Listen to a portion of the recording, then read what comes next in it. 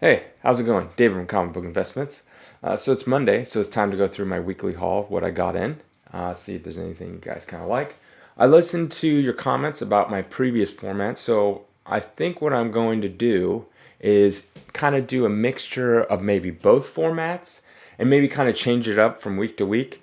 Maybe do one format one week, another format another, combine the two. I don't know, just kind of make it a little different so it's not so monotonous since I do this once a week. So we're gonna go into a little bit of a combo thing. Um, so yeah, first up, I got X-Men 4. So this is the first appearance of Scarlet Witch and Quicksilver. Now this book, I don't know, like if how it's gonna go. I know WandaVision ended; they're not doing another one. But I know she's showing up in Doctor Strange 2. And so it's kind of like I know this book has jumped up quite a bit recently, but I'm kind of like I'm not sure, is it going to go back down now that the show's over or what. So it's going to be kind of interesting to see. I don't think it'll go up very much more, but I think it should hold. And that's the key. I want it to hold kind of where it's at, right around where it's at.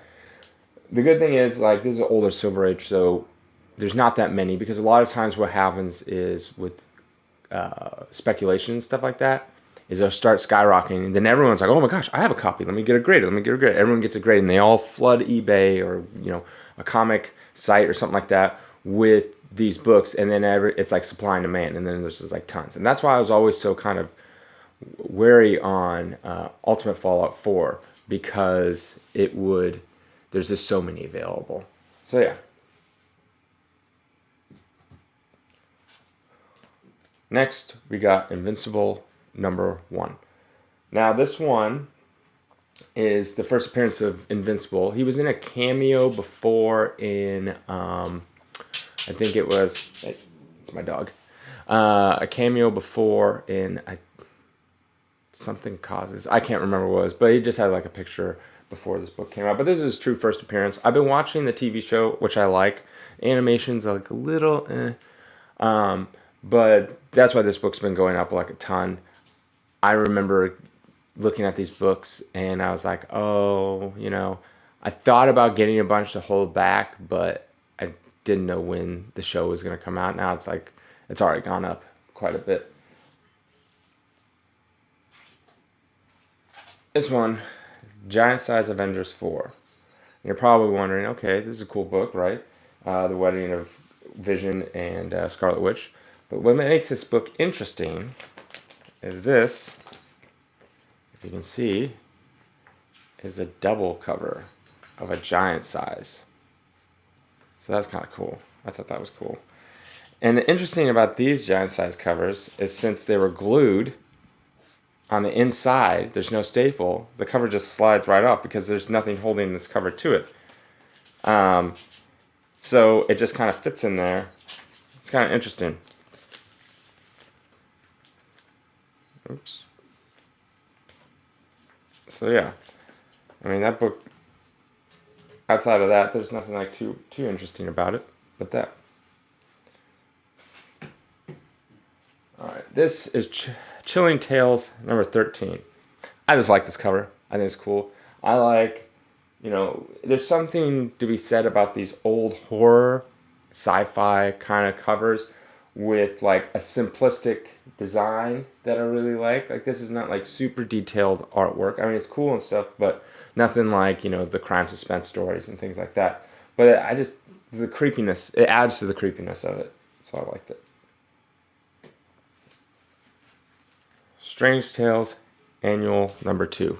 This is a very early appearance of Spider-Man, and if you look at his chest area, he doesn't have the Spider-Man logo, because it was so early that they probably didn't have like most artists, if they switched books to another book and a different artist was doing it or something like that, maybe they don't have like a keen understanding of Spider-Man, and so these kind of errors get made, and obviously the editors and things like that approve these things didn't catch it either. So because he was such a new character, I'm not sure. I think I want to say it is his fifth or sixth appearance. Spider-Man's? I'm not entirely sure. But somewhere around there. Somewhere, it's a very early appearance of Spider-Man. Maybe someone can tell me exactly. But yeah, this is actually a very high grade. I think he'll come back in either a 7.5 or an 8.0, which is kind of cool. All right. Then we got Raphael #1. Now you're probably wondering, why is this book up here? I have a ton of them. I've showcased them before. I even have a market analysis about it. The reason why I have this one up, because I'm kind of seeing a pullback on Raphael #1. And what I mean by pullback is I kind of see the prices going down. And it's kind of like what I alluded to earlier, where it's the price is so high, everyone's like, oh, I have one. Now they're going to get them graded. Then they get them graded, and then they put them on eBay or wherever, and it floods the market. And I've kind of noticed that the prices have peaked and gone down. And now this could just be like a blip. I've seen it across the board for the most part on. It's different if it's like only the 9.2 or in the 8.5 went down, but I see it kind of across the board on every grade kind of dipping down. Now it could be that taxes are coming up and maybe people have to spend money on that. So Raphael's taking a hit, because I looked at other Turtles books like Turtles 1 and stuff like that, and that's still going up. They're still hitting record prices all the time. So my thinking is maybe, it's going to slow down, because it can't go up this fast forever. That's just impossible. Like literally hitting like 100% increase every couple months, it seems like. So there's got to be a slowdown, and I think maybe certain ones like Turtles 1 will continue to climb, but the secondary stuff like Raphael #1 might take a hit, and that's where I think we might be seeing a little bit of pullback and slowdown.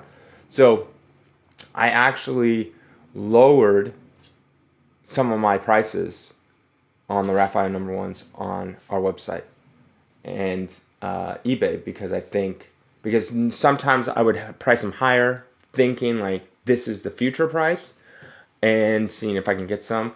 But I've noticed that I'm like, okay, I should probably lower it to more realistic prices. So I've lowered some of them, not all of them, but some of them. And so that's why I kind of want to talk about this book. Now it could just be a blip, and maybe March and April it's kind of down, but then all of a sudden May, June, July, all through summer it just goes up even higher. I don't know. If I knew the future of things, I'd be very, very, very rich. There's even experts that would always talk about. I remember before I bought my house, there's experts saying, this was 2018, oh, there's going to be a crash. We're already up to like record high numbers. It's going to be a crash. And so I resisted from buying for almost like 3-4 months. And I realized, wait, there is no crash. They're just getting more expensive. So I got in, and there's never been a crash. And so like since 2018, and my brother's getting a house, and he's telling me the same things. Oh, I've been reading people, these experts. I think even Mr. Wonderful from Shark Tank was talking about how there's going to be a crash. And it's like, no one knows for sure. No one knows. If they all did, everyone would be rich, because I can listen to one person who says, nope, it's going to even go higher because of inflation. And I can listen to someone else, an expert, and they could be like, nope, there's going to be a crash. No one really knows. So, it's the same with like the stock market. So I don't know for sure. That's why it's kind of speculation. But from my knowledge, I've already taken action to lower the prices a little bit to more realistic. And it's just like you look on eBay, there's just so many Raphael #1s, supply and demand. So that's why I kind of want to talk about this book. Okay, now we're going to go into more of, I guess, lightning round, where I'm just going to flip through a bunch of books. All right. So now I'm just going to kind of jump through the books kind of super quick. This won't be all the books I got in, but just, a good handful of them. All right. So we got Usagi Jimbo, #1, 9.8. Like I've talked about this before, but I'm pretty bullish on it.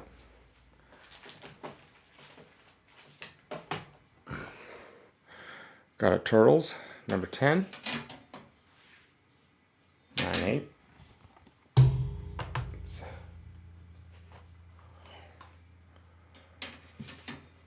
Marvel Superhero Secret Wars 8, 9.8. Captain America 323, 9.8 signed. And it is signed by Mike Zeck. Right. Another badge here.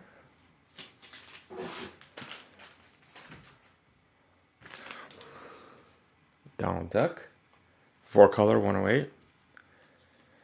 Teen Titans Go, 23. Now, I don't know, to be honest. I'm assuming this is like a low print run or something, but this book is pretty expensive compared to the rest. I'm not exactly sure why. Maybe someone could tell me. I know it's like a first appearance of someone, but like I don't know the significance of that person per se. So maybe someone can actually, inform me. All right, thanks. And then Wolverine, number 1. Here we got Young Avengers, number 1. Let me move this closer. Further away there. Then we got the director's cut of it, which is this variant cover. Tomb of Dracula. Star Wars number 1 variant. Star Wars Jedi and Sith number 1. Star Wars Legacy. Predator number 1. Mic closer. Spider-Man 316. War Adventures. It's a cool cover. First appearance of Big Berta, Miss Miracle. X-Men 4. First Omega Red. First appearance of Spider-Man Noir, who's voiced by Nicolas Cage. Cool Spawn cover. Venom, number 1, the remastered variant. Punisher, number 1, variant. First appearance of Rocksteady and Bebop. Frank Frazetta cover, Blazing Combat, number 1. First full Hellstorm appearance, Ghost Rider number 2.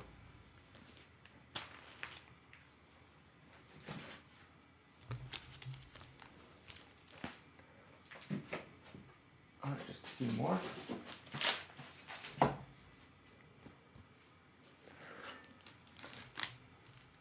First appearance Winter Soldier. Same comic, but variant version. X-Men 25. This is the variant. I remember when this comic came out, actually. This is Spawn 34. Just a cool cover. I like the Violator. It's great. This is a really cool comic right here. Witching Tales. Like if you can see right here, there's a guy's head inside of like a bell. Like you ring those huge bells. It's kind of cool. Avengers 11. Fantastic Four 100. Fantastic Four 112. Always liked Hulk versus Thing covers. They're pretty cool. X-Men 9. Now this book is always, for some reason, I always have issues with this book because there's a pinup of Marvel Girl or Jean Grey in the back, and it always seems to be taken out. Batman Beyond 1. First Black Cat. And someone asked me, right down here on this side, the UPC, there's like a line that goes through it, if you can see. And that used to signify, because before is a code that you just scan the UPC code for a newsstand. But during this time, they were trying out with direct versions. And someone told me that that line was, now the direct versions or the ones in the 80s would have like Spider-Man's logo on it. But this one, they just put a line through it. That meant it was direct to the comic shops. Michelangelo, number 1. Iron Man, I think this one's 7. First Riri. And then first appearance of Space Yojimbo. So, and that's Turtles 47. So yeah, I hope you like this new format. Thanks.